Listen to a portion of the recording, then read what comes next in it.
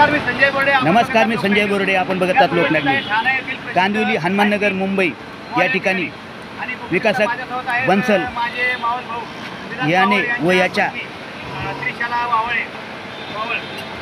कर्मचाऱ्यांनी केली सामान्य नागरिकाची छळवणूक. कित्येक दिवस रहिवाशांना पाणी नाही. रहिवाशांनी केले धरणं आंदोलन व अडवली विकासकाच्या लोकांची गाडी. बघा खास रिपोर्ट लोकनायक न्यूजवर.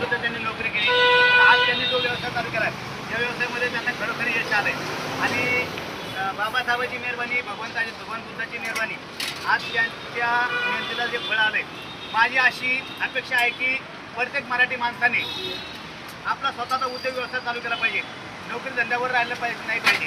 कारण आज बघू शकता की काही आपले तरुण आहेत जे ग्रॅज्युएशन झाले, 12वी झाले, 10वी झाले, 10,000 15,000ची नोकरी करतात, संध्याकाळी येतात, व्यसन करतात आणि घरप्रपंचामध्ये आपल्या आईला बायकोला सगळ्याच त्रास देतात. परंतु जर याचऐवजी आपण जर स्वतःचा उद्योग व्यवसाय चालू केला तर आपण चांगली कमाई करू शकते. मी थोड्या दिवसापूर्वी व्हिडिओ टाकला होता की दादर या ठिकाणी एक लेडी आहे, तिने CA केलेला आहे.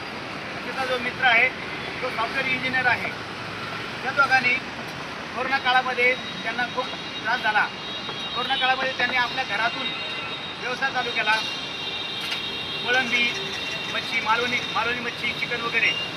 आणि आज त्या व्यवसायामध्ये ते दोघं एवढे सक्षम झाले की महिन्याला ते दोघं मिळून 1.5 लाख रुपये कमवतात.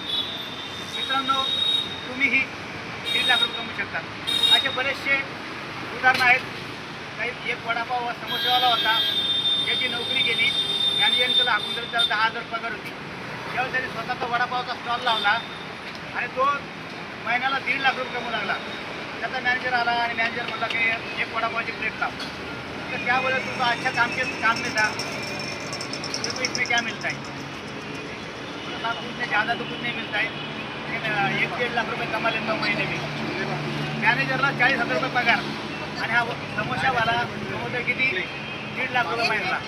म्हणून आपल्या सर्वांना माझं आव्हान आहे लोकनायकच्या वतीने, आपण आपला उद्योग व्यवसाय केला पाहिजे आणि आपण आपला स्वतःचा उद्योग व्यवसाय सांभाळून, आपला घरपंचायत सांभाळून प्रगती केली पाहिजे.